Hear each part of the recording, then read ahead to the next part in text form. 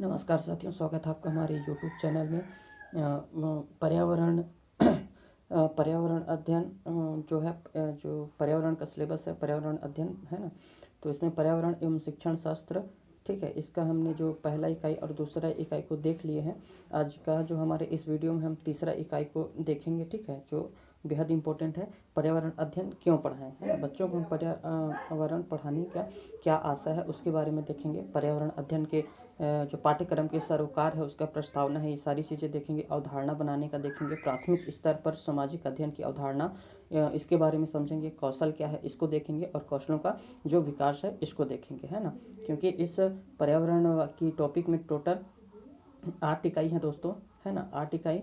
और 8 इकाई आपको 30 नंबर हर इकाई में, जो अगर हम पर्यावरण की बात करें तो 30 नंबर का आपसे पूछा जाता है, तो बेहद इंपॉर्टेंट हो जाता है हर टॉपिक। और ये जो टॉपिक है ना, हर टॉपिक से नंबर जो है आपका बटा हुआ है, ठीक है।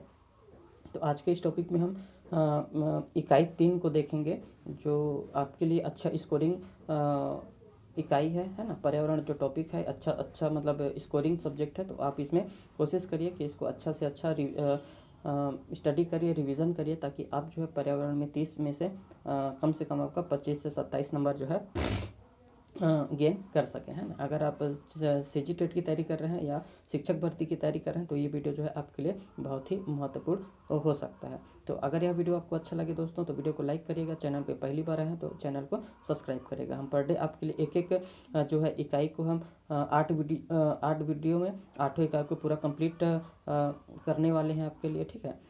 तो वीडियो के अंत तक बने रहिएगा, ठीक है। तो चलिए वीडियो को स्टार्ट करते हैं।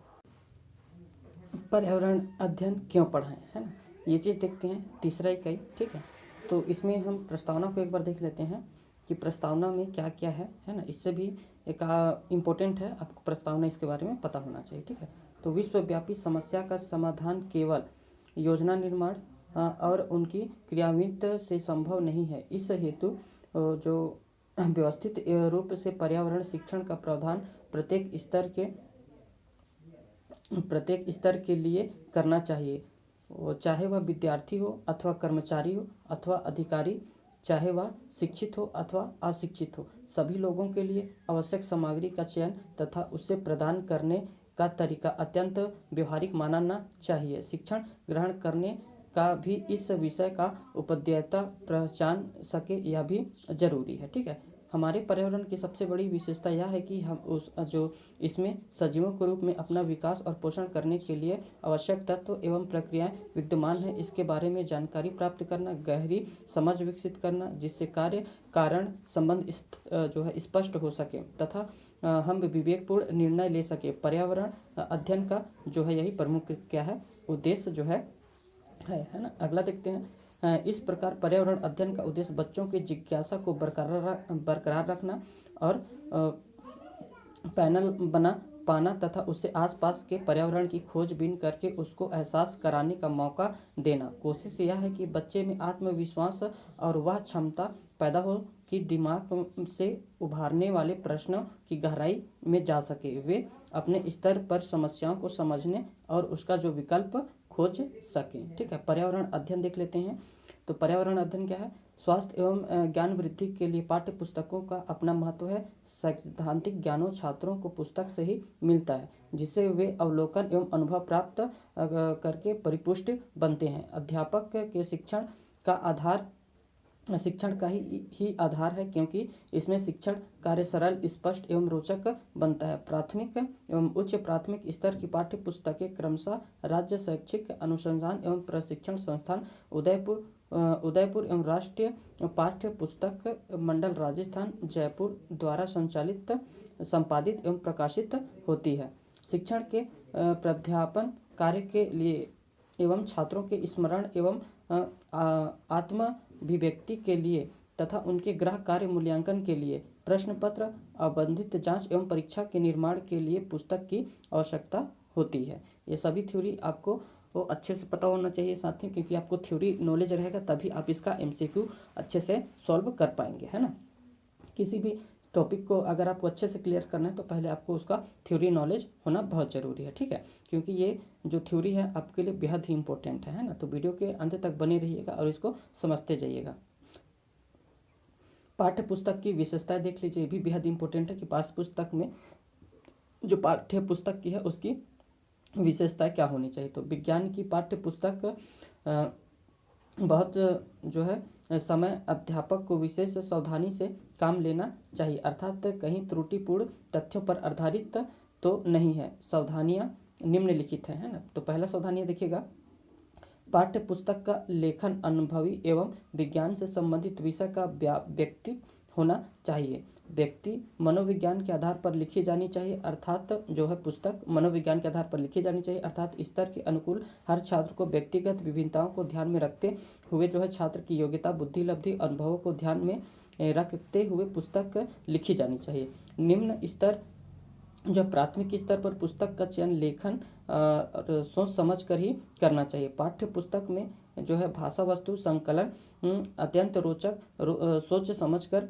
किया जाना चाहिए। ठीक है, अगला देखिएगा, उसमें छात्रों की रुचि एवं क्रियाओं को अध्ययन में जो ध्यान में रखते हुए पुस्तक की रचना करनी चाहिए। चौथा देखिएगा, पाठ्य पुस्तक शिक्षा विभाग द्वारा निर्धारित पाठ्यक्रमानुसार होनी चाहिए, कोई अंश छोटा नहीं होना जो है छोड़ा नहीं जाना चाहिए। पांचवा देखिएगा, पुस्तक के प्रकरणों को लक्ष्य छात्रों के वैज्ञानिक दृष्टिकोण से उत्पन्न करने के लिए होना चाहिए। छठा है, पाठ्य पुस्तक में दैनिक जीवन की समस्याओं से जुड़ी बातें होनी चाहिए। पाठ्य पुस्तक सरल एवं रोचक ढंग से प्रस्तुत की जानी चाहिए। ठीक है, सातवां देखिएगा, पाठ्य पुस्तक के प्रकरणों में पारस्परिक संबंध होना चाहिए। आठवां, पाठ्य पुस्तक के प्रकरणों में छात्रों में क्या क्या एवं कैसे तथा निरीक्षण शक्ति पैदा करने के लिए होना चाहिए। ठीक है, नौवां देखिएगा, पुस्तक में वैज्ञानिक तथ्यों तथा सिद्धांतों को आकर्षक चित्रों एवं प्रयोगों द्वारा स्पष्ट किया जाना चाहिए। 10वां है, छात्रों में रुचि वैज्ञानिक दृष्टिकोण उत्पन्न करने हेतु पर्याप्त मात्रा में उदाहरण चित्र,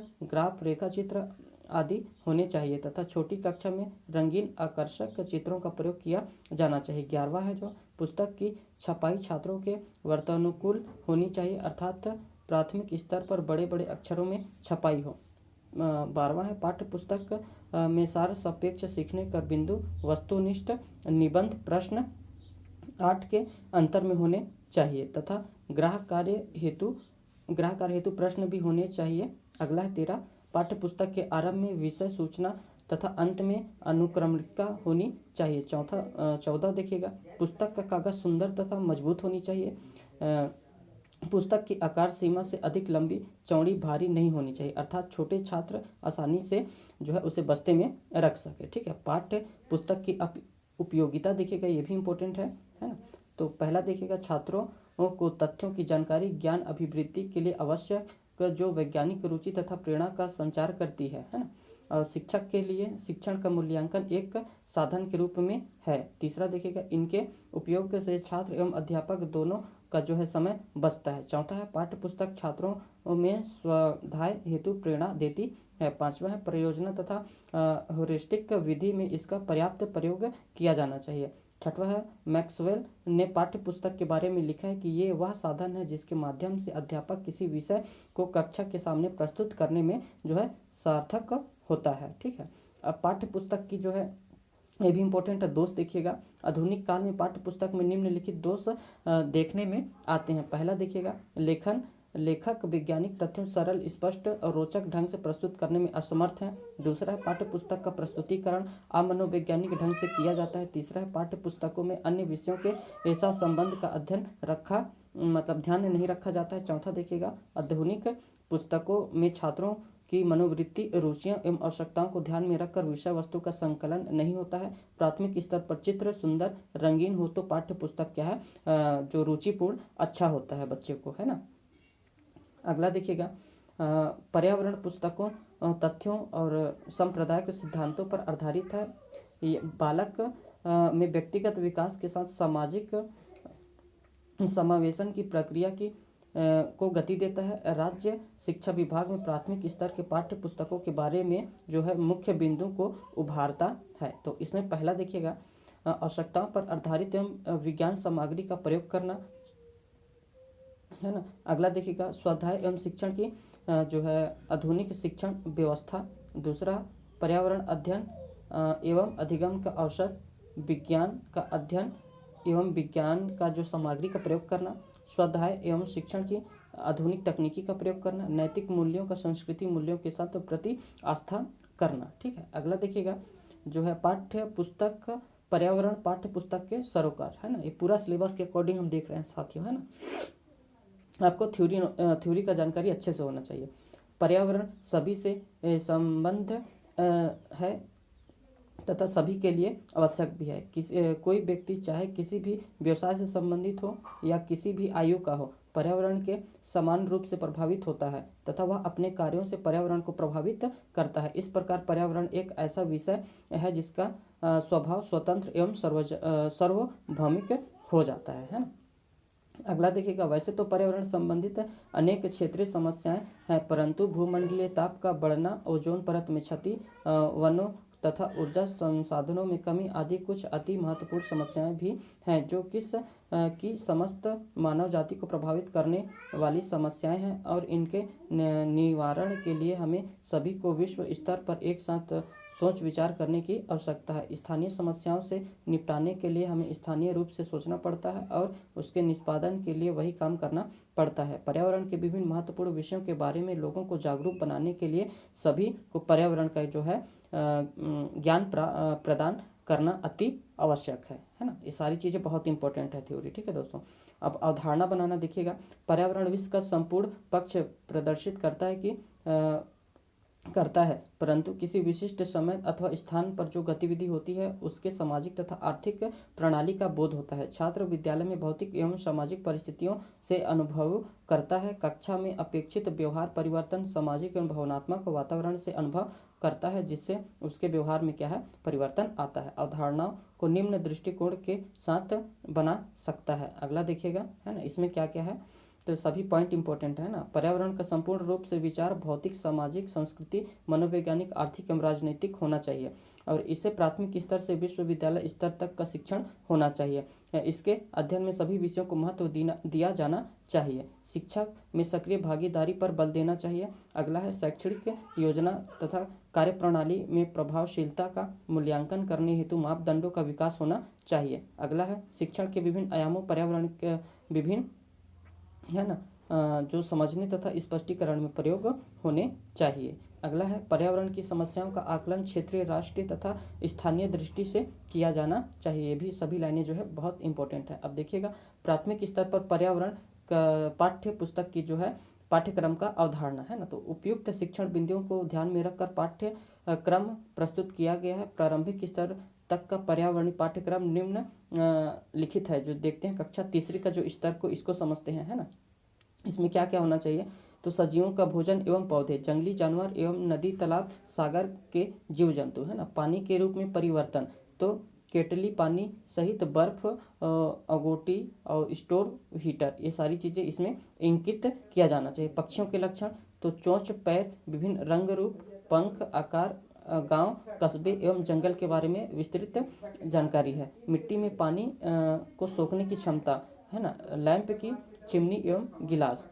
पौधों में विभिन्न अंग, तो विभिन्न अंग में मटर सरसों चना हल्दी शकरकंद आलू अरबी आदि इसमें है ना। अब अगला देखिएगा पत्ती एवं पुष्प, तो विभिन्न पौधे तोरई लौकी सीताफल खरबूजा तरबूजा इत्यादि इसमें अंकित है। और उष्मा संचरण में गिलास मोम चम्मच लोहे और छड़ स्याही इत्यादि इसमें है। ईंधन में देखिएगा तो लकड़ी मिट्टी का तेल कोयला कंडे एवं गैस सिलेंडर, है ना। चुंबक में लोहे का चूर्ण। कक्षा चौथी का स्तर देखिएगा हमारा ब्रह्मांड में क्या देखने के लिए मिलेगा, आकाश मोमबत्ती गत्ते का डिब्बा और उल्काएं, है ना। अब हमारा आकाश में क्या है, सूर्य ग्लोब बल्ब और मोमबत्ती। हमारी पृथ्वी गेंद लड्डू बल्ब और मोमबत्ती। जंतु जगत में संतानोत्पत्ति अनेक जानवर और जंतु पक्षी। वनस्पति जगत में विभिन्न पौधे मरुस्थलीय जलीय और अन्य वस्तुएं। थल और समुद्र पवन में कनस्तर मोमबत्ती संवहन और बॉक्स। पौधों का उपयोग घरेलू जो है विभिन्न उपयोगी पदार्थ। मिट्टी एवं चट्टान में पर्वत जंगल आदि के पर्यावरणीय स्थल के बारे में अंकित है ना।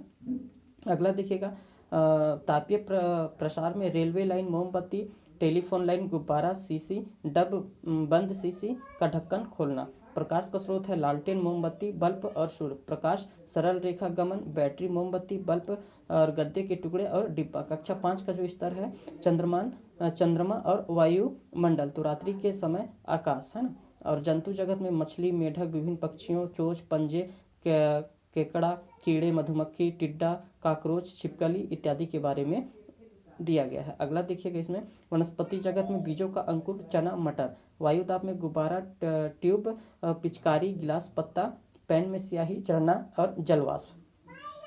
पवन तथा जलदाब में स्टैंड, पंख एवं तीर, फिरकरी, चार, कटोरी एवं स्टैंड, बड़े आकार में पाउडर का डिब्बा, यू, रबड़ की नली और जार और गुब्बारा। और हमारा शरीर में संधियों, पेशियों के बारे में दिया है। संतुलित भोजन में प्रतिदिन भोजन में प्रयोग होने वाली वस्तु घी, दूध, अंडा, गुड़, मक्का, ग्लूकोज, सेब, आलू, मटर, मछली, मांस, मूंगफली, पालक, गाजर आदि के बारे में है। कोशिका में प्याज की छिली, जंतु कोशिका, अमीबा के बारे में है। और पदार्थ की संरचना में गिलास, स्याही, ऊर्जा तथा कार्य में डिब्बा, चरखी, स्कूटर, कार, मोमबत्ती, स्टोव, गिलास, स्याही, लाल दबा और गेंद, पत्थर, अंगूठी, है ना। और 11 में देखिएगा विद्युत ऊर्जा, बैटरी के सेल, बल्ब, कील, सड़क पर रोशनी, लोहे का बुरादा। ठीक है। चौथे में पदार्थ की भिन्न अवस्था में ठोस, द्रव्य एवं गैस। इंद्रधनुष में आकाश में बरसात के दिनों में सूर्य के विपरीत दिशा में इंद्रधनुष देखा जाता है। दोपहर के समय नदी, पर्दा, सूर्य का प्रकाश, पानी, ट्यूब, दर्पण आदि। और पदार्थ का घनत्व क्या है, द्रव्यमान का जो घनत्व, नली सहित डिब्बा, ये सारी चीज़ें क्या है जो स्तर 5 में अंकित किया गया है। ठीक है। अब अगला देखिएगा पर्यावरण का बालक के विकास में क्या प्रभाव है ना। तो पर्यावरण वह शब्द है जो समस्त बाह्य शक्तियों, प्रभावों और परिस्थितियों का सामूहिक रूप से वर्णन करता है, जो बालक के जीवन, स्वभाव, व्यवहार और अभिवृत्ति विकास का प्रवणता पर प्रभाव डालता है। वातावरण एक ऐसा भाग है जो कि बालक के मानसिक, नैतिक और आध्यात्मिक जीवन से संबंधित है। प्राकृतिक, सामाजिक और मानसिक वातावरण भी मानव के स्वभाव को ही निम्नलिखित परिवर्तन जो है करते हैं। ठीक है। तो पहला देखिएगा प्राकृतिक वातावरण। तो प्राकृतिक वातावरण से हमारा अभिप्राय पृथ्वी की उन विभिन्न शक्तियों तथा उस पर रहने वाले जीवों से है। जल,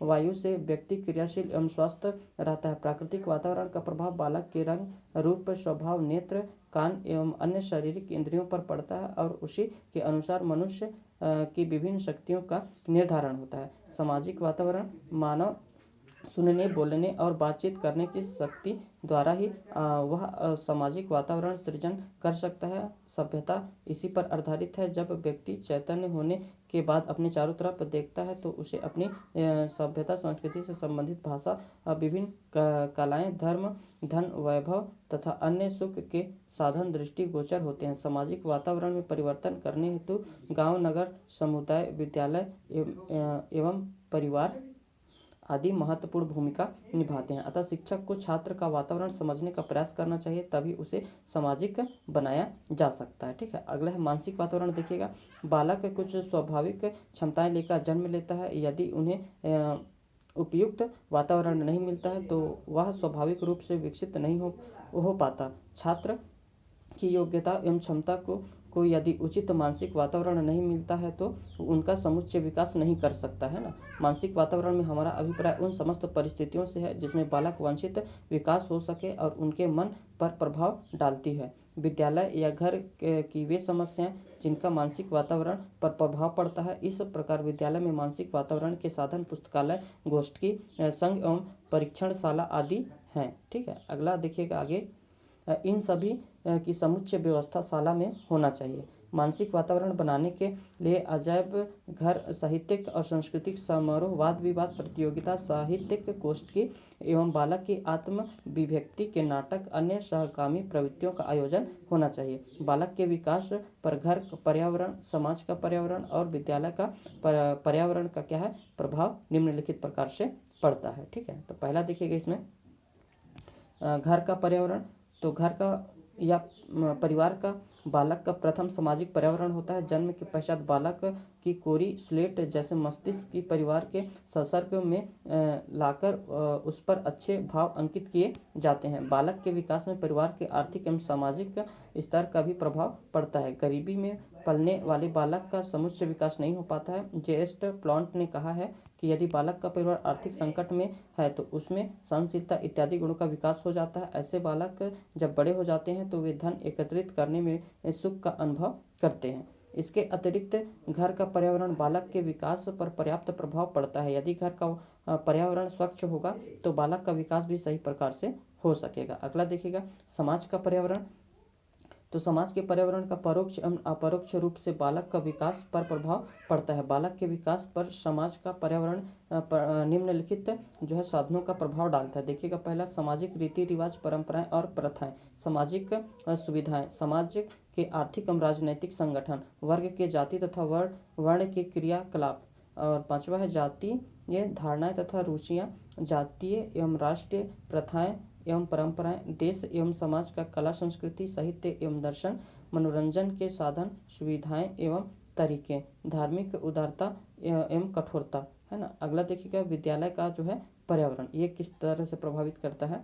तो बालक के विकास में स्कूल का पर्यावरण प्रमुख स्थान है। स्कूल में ही वह प्रत्यक्ष रूप से किए जा रहे कार्य, शिक्षक, पुरस्कार एवं दंड, विभिन्न प्रकार के खेल है ना, खिलाड़ी, वाचनालय, उत्सव और कवि सम्मेलन या राष्ट्रीय सामाजिक समारोह आदि होते हैं, जो बालक के शारीरिक, मानसिक, संवेगात्मक, सामाजिक, नैतिक अथवा आध्यात्मिक विकास के लिए प्रेरणा के लिए ये स्थान जो होते हैं।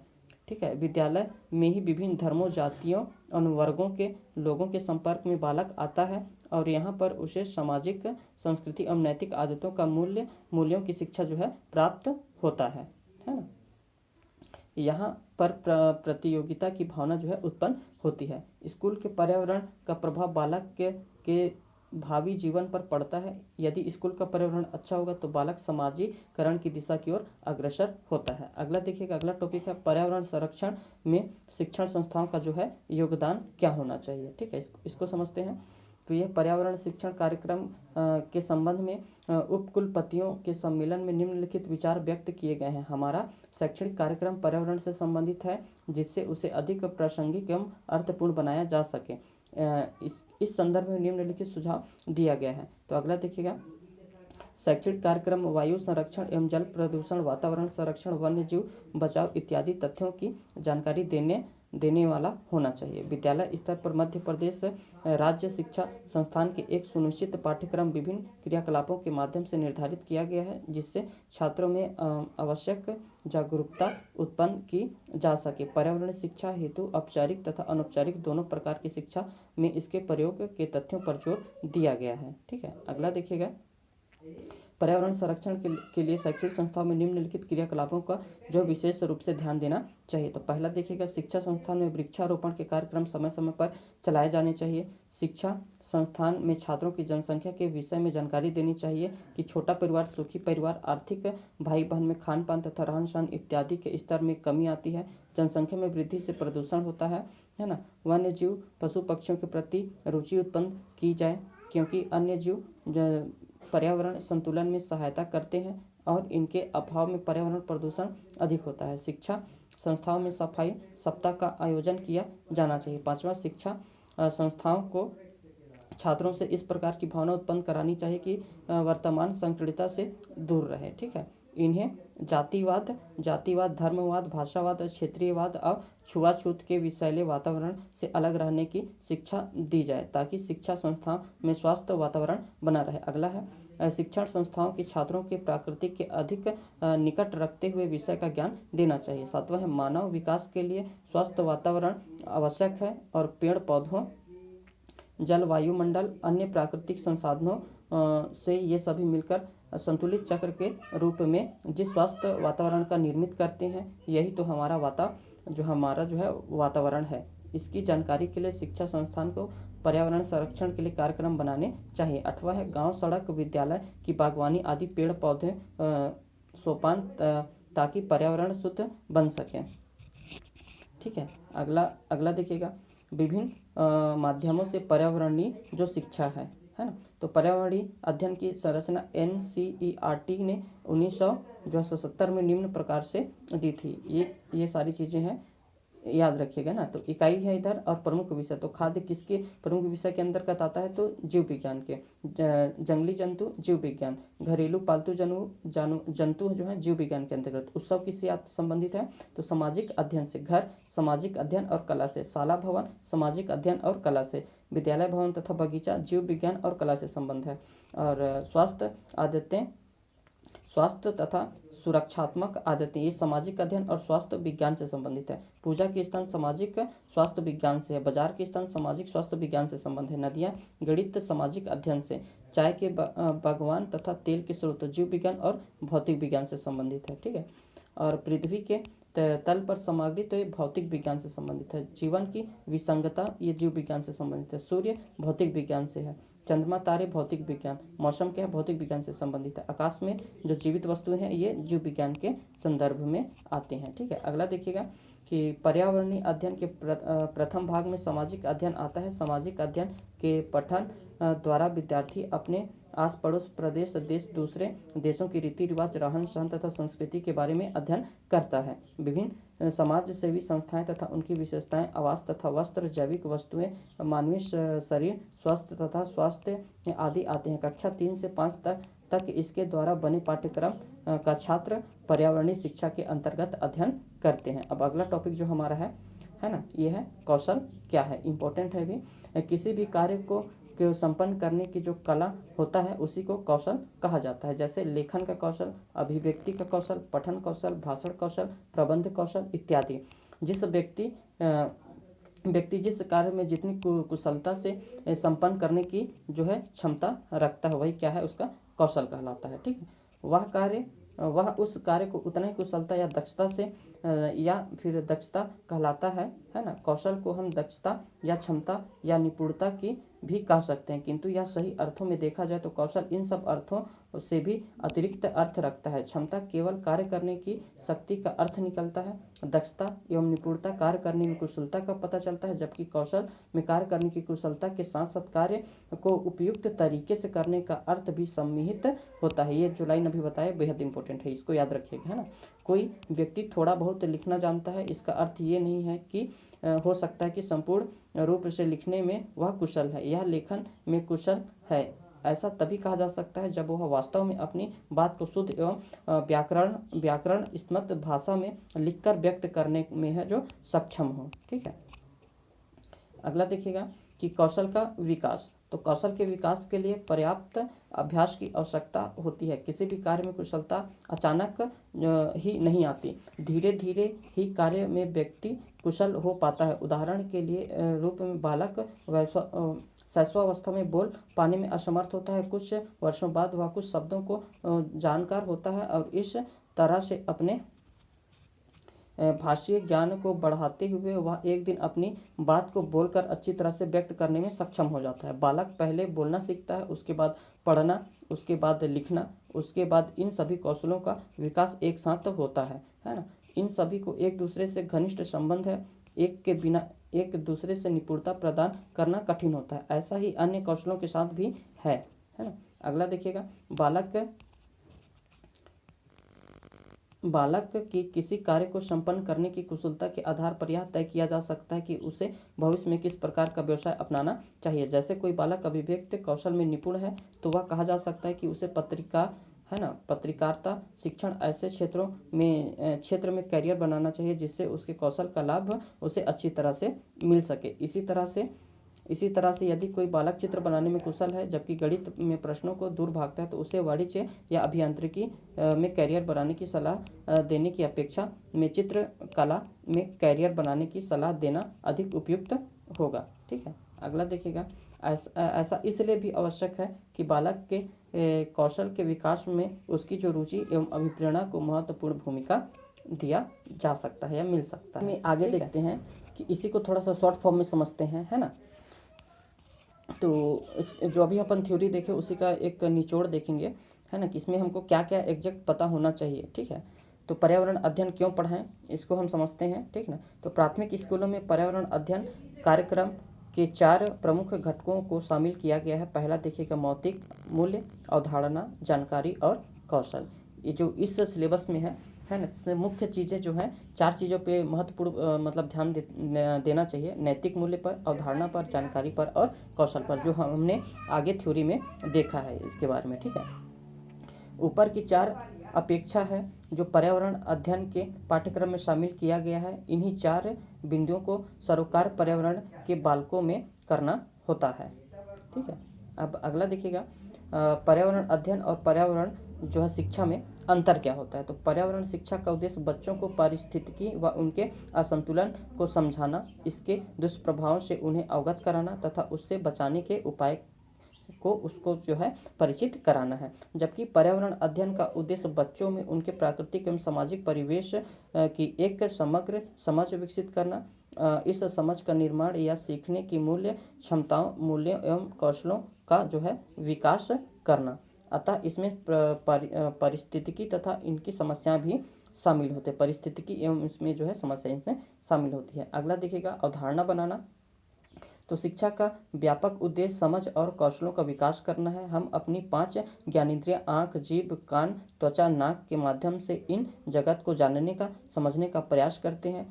हमारे हर एक इंद्रियां संप्रेषण एक खास बिंब जो है हमारे मस्तिष्क में बनाता है। मनुष्य इन्हीं बिंब को पहचानने के लिए उसे एक नाम देता है जो इस बिंबों को एक अर्थ प्रदान करता है। यही अवधारणा का क्या रूप का धारणा कर लेता है, ठीक है। अगला देखिएगा, अमूर्तीकरण। तो जिस वस्तु की अवधारणा हमारे मस्तिष्क में बनती है जो ठोस रूप में ना होकर सिर्फ कल्पना के रूप में होता है, अमूर्त कहलाता है ना। जो हम सोचते हैं, जो जिसका हम हमारे जो मस्तिष्क में जिसका छवि बनता है वही क्या है, अमूर्त रूप में होता है ना। ये कार्य अनुभव के द्वारा तय होता है, जिससे 2 भागों में क्या है बांटा गया है। तो पहला क्या होता है, समयानिकीकरण और दूसरा वर्गीकरण, ठीक है। अगला देखिएगा, प्राथमिक स्तर पर सामाजिक विज्ञान की जो है अवधारणा है। तो यह काफ़ी विवाद का एवं चिंता का विषय रहा है कि प्राथमिक स्तर पर पूरा कार्य अवलोकन तथा निजी अनुभव पर आधारित होना चाहिए। उद्देश्य इसका क्या होना चाहिए, तो अनुभव, भौगोलिक अवधारणाओं की समझ, खोजबीन का अवसर मिले और परिवेश में संबंध खोज पाए, है ना। परिवेशों में क्या अपना संबंध खोज पाए। अवधारणाएं को समझते हैं। अवधारणाएं लोक सुम्बेश परिषद के लिए प्राथमिक कक्षा के पर्यावरण अध्ययन कार्यक्रम में निम्नलिखित अवधारणाओं को शामिल करना तय हुआ है। तो पहला है नक्शा पढ़ना, दिशाएं, ऋतुएं, हवाएं, कीट एवं पशु, चट्टानें, मिट्टी, पानी, लोगों की समझ। अब कौशल के बारे में देखते हैं। तो किसी कार्य को कर सकने की योग्यता कौशल कहलाता है। यह 2 प्रकार का होता है, जन्मजात कौशल और सीखे जाने वाले जो है कौशल, ठीक है। अब जन्मजात कौशल क्या होता है, तो इसको समझिए। वह कौशल जिसमें कोई बच्चा जन्म से ही सीख जाता है, अर्थात जन्मजात होता है। अर्थात जैसे जन्मजात कौशल कहलाता है, जैसे चलना, उठना, रोना, ये क्या है कि जन्मजात कौशल होता है, ठीक है। सीखे जाने वाले कौशल में वह कौशल जिसे बच्चा तब सीखता है जब उसे सीखने का अवसर मिलता है। जैसे साइकिल चलाना हो गया, तैरना हो गया, है ना, गाना गाना हो गया, ठीक है। ये जो है इसमें इस वीडियो में इतना ही। बाकी सिलेबस के अकॉर्डिंग हमने पूरा बताने का प्रयास किया है। अगर वीडियो आपको अच्छा लगे दोस्तों तो वीडियो को लाइक करिएगा। थ्योरी नॉलेज में बार बार कहता हूँ कि आपको थ्योरी जानकारी पहले लेना है, इसके बाद में आपको एमसीक्यू की तरफ जाना है। अगर पहले आप एमसीक्यू करेंगे, बाद में आप थ्योरी करेंगे, तो आपका जो है उसमें संतुलीकरण नहीं हो पाएगा। आप क्या है कहीं ना कहीं उसमें कमज़ोर हो सकते हैं। जब तक आपको थ्योरी नॉलेज ना हो तब तक आप ऑप्शनल वाले पे ना जाएं, ठीक है ना। तो ये जो पर्यावरण का जो टॉपिक है दोस्तों, जो पर्यावरण पूछा जाता है, बेहद स्कोरिंग सब्जेक्ट है। इसको आपने मतलब बचपन से ही पढ़ते आए हैं पर्यावरण के बारे में, तो उसमें उसी को क्या है अब अपने लेवल के हिसाब से उसमें अब समझ अपना विकसित करिए, है ना। उतना ज़्यादा हार्ड सब्जेक्ट नहीं है, अच्छा नंबर आप इसमें स्कोर कर सकते हैं। और ये जो है आपको बहुत हेल्प करता है आपका नंबर बढ़ाने के लिए, है ना। अगर आप सीजी टेट के लिए दे रहे हैं तो नंबर स्कोर करने के लिए, है ना। अगर आप भर्ती के लिए तैयारी करेंगे तो वहाँ पर भी ये बहुत हेल्पफुल होगा, क्योंकि सिलेबस दोनों का सेम होता है और वही चीज़ें जो है एग्ज़ाम में पूछा जाता है, ठीक है। तो आज के इस वीडियो में इतना ही दोस्तों, फिर हम मिलेंगे एक नया टॉपिक को लेकर के, ठीक है। जो नया टॉपिक रहेगा हमारा इकाई जो है 4था रहेगा हमारा, जो नेक्स्ट टॉपिक रहेगा पर्यावरण अध्ययन का शिक्षण शास्त्र के बारे में हम जो है नेक्स्ट वीडियो में पूरा इसको देखेंगे। ठीक है, तब तक के लिए धन्यवाद दोस्तों।